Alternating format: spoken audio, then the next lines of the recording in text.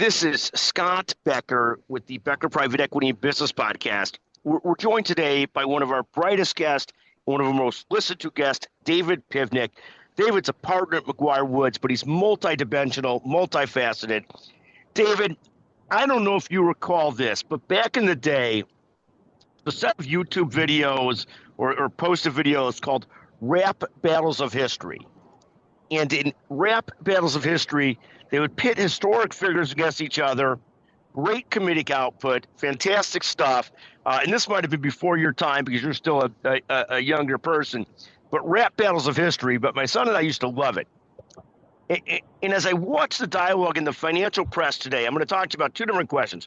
First, you've got Scott Becker, who's Treasury Secretary, saying, don't worry, stop panicking, telling Fortune CEOs you're all whining and it's all going to be okay.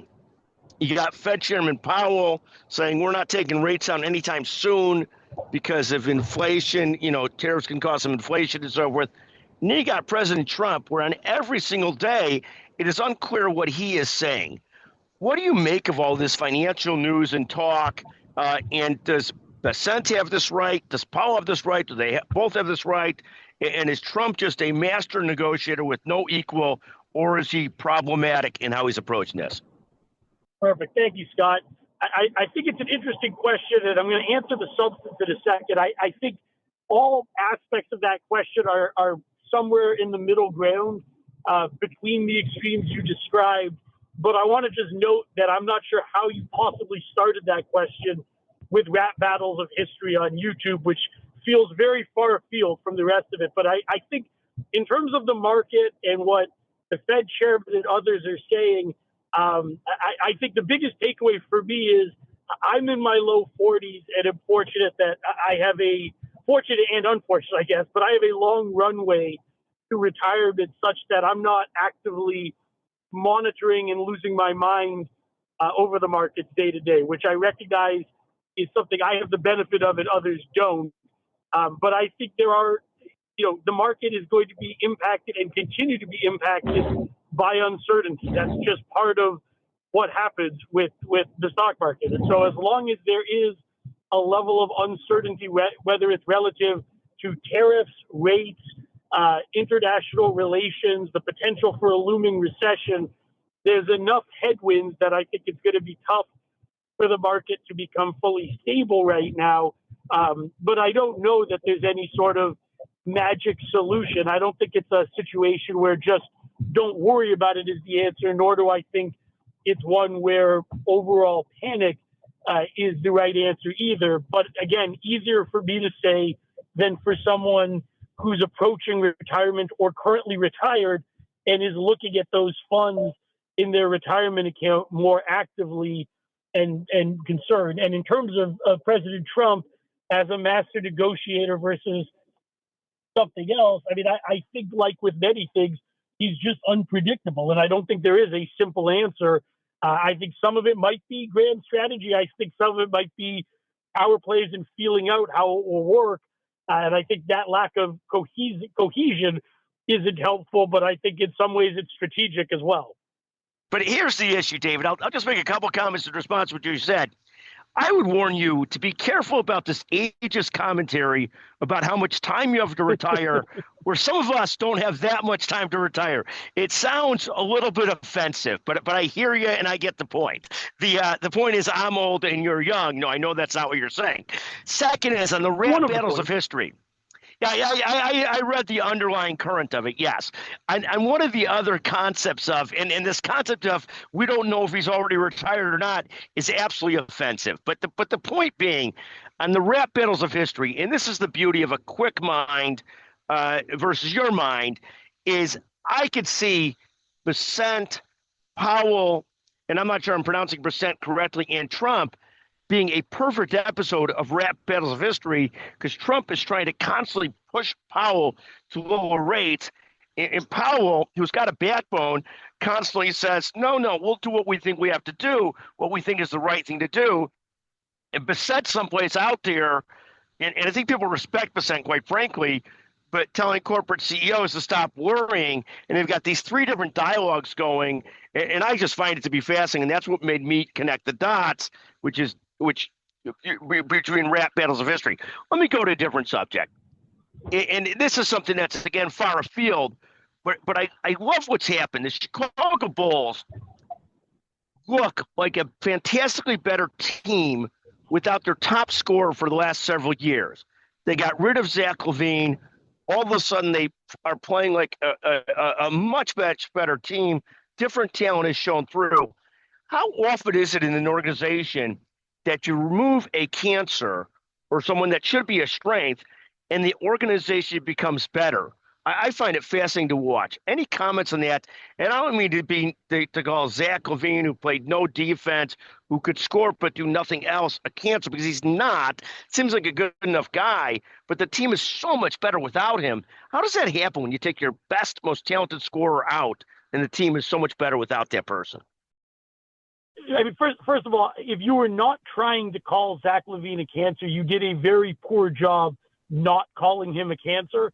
I think in the Bulls case, it was really, they had a lot of younger talent and guys who, with the ball in their hands, Josh Giddey and Kobe White, had a lot more to offer than they were allowed to show while Zach LaVine was running things and was getting the ball and taking the majority of the shots. And so in their instance, I think it is less a function of Zach LaVine not being good or being a problem, and more of the young guys the Bulls have, I think, have some real potential and had some unlocked ability that they were able, some locked ability, I should say, that they were able to get unlocked and help. I do think it's interesting that with Sacramento, who is a weird team because they traded De'Aaron Fox and looked like sellers, and then they added LaVine, they sort of stumbled down the stretch. They haven't looked great over the back half of the season. Their record is actually worse than the Bulls since the trade deadline. And, I think they're going to lose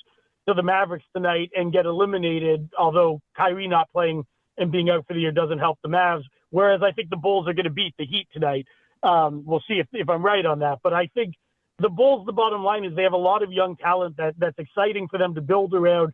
And I think giving those kids a chance was incredibly helpful. I'm not sure it's as much a criticism or a shot at Zach LaVine so much as just having the talent available and providing, young kids the opportunity to shine and them stepping up and doing exactly that. Thank you. Let me get you another question because I know you're heading towards the airport and on an important case, and you're really a brilliant person, regardless of how much I like to tease. Talk a little bit about Luka and LeBron. Can Luka and LeBron combine to win it all, or is that going to be a challenge to have them go deep in the playoffs? And are people cheering for them or against them? I think on the latter part, I think bandwagon fans of big market teams around the country are probably cheering for them. And I get lots of jokes how, because I'm a Cowboy fan, I must love the Yankees and Lakers, both of whom I hate. But putting that aside, I think the vast majority of fans are not cheering for the Lakers. And the short answer to your first question is no, I don't think they can win it all. I don't think they have enough defensive talent on that roster in their role players, and I don't think they have enough of an interior presence in the paint, both rebounding and defending the paint, in order to win. So I think they're capable of beating any team in the West, other than maybe the Thunder. I don't think the West is having that strong of a year, but I don't think the Lakers could beat any of the top 4 or 5 teams in the Eastern Conference, and I don't think they can get by the Thunder. So I think this is a year to sort of feel out the process, get familiar with each other, maybe win a playoff round or 2 at most. And then I think it's a function of rounding out the roster and adding some bigs in the offseason to try and give it a real shot next year with LeBron and Luka leading the way. One last question. A lot of talk last week about the Blackhawks playing in Montreal. In the Montreal, I think it's the Forum. Is it still the Forum, being one of the greatest places to see a hockey game still in hockey? You are a Canadian, and you're our honorary Canadian, a brilliant Canadian, not one of those Mounties, but just a brilliant Canadian. Have you been to the Montreal Hockey Stadium? Is it the Forum still? And is it as great a place to watch hockey as the Chicago Stadium used to be? It is no longer the Forum. They play in the Bell Center. I have not watched a game there, although I've been there a couple times where we debated it, but I have not actually been to a game there. I'm sure it's a great place at the Bell Center to watch a game these days. From what I've seen on TV, it certainly seems like a very lively and engaged and knowledgeable crowd. But I'm sure it's not as good as the old Forum used to be. The same as the United Center is great, but I can't imagine it compares to what Chicago Stadium was like in terms of crowd noise, presence, and impact. One last quick question. Your favorite, you are an avid sports fan. You go all over the country to see events. You take your children. You do an incredible job. Your wife lets you do it. She's probably happy to have you out of the house for a couple of days. I can't even imagine what it's like at that house. But the point, David, being, what's your favorite stadium in America to see a game? What's your favorite stadium to see a game? That's a great question, and it's an easy answer for me. I haven't been in a couple years, but unless something meaningful has changed in the last couple years, by far what was Assembly Hall in Champaign when I was in law school and is now, I believe, State Farm Arena. But the Illini basketball stadium is by far my favorite place to watch a game. Not a professional sport, but my absolute love the team, love the stadium, and love being down in Champaign. So that's an easy one for me. Do you consider your current home stadium where the Milwaukee Bucks play? 'Cause I know your family has season tickets to the Bucks. And even though you live in the Chicago area, is that your current home stadium? Do you consider that your current home stadium? Like the closest to home for you is going to the Milwaukee Stadium? I mean, I have Blackhawks season tickets too, so the United Center is definitely more of a home stadium, but I spend similar amounts of time in both. And for basketball, certainly Fiserv Forum in Milwaukee is my home stadium. Have you ever been called a fib in Milwaukee, and do you know what that means? No, and I don't, and I'm scared to ask. No. It's not something for prime time. Any great Wisconsinite knows what a fib is. It's something Illinois bastard. The first word we can't talk about, but if you grew up in this area and you did not, you grew up north of the border, but you're still an American today, and we still love you. But it's fib is a blanking Illinois bastard. It was often called to Illinois people going across the border to Wisconsin. David Pivnick, one of the greatest of all time, literally one of the best people of all time, and brightest can be. I appreciate you indulging me on a wide range of questions. Thank you so much for joining us today on the Becker Private Equity and Business Podcast. Thanks for having me, Scott.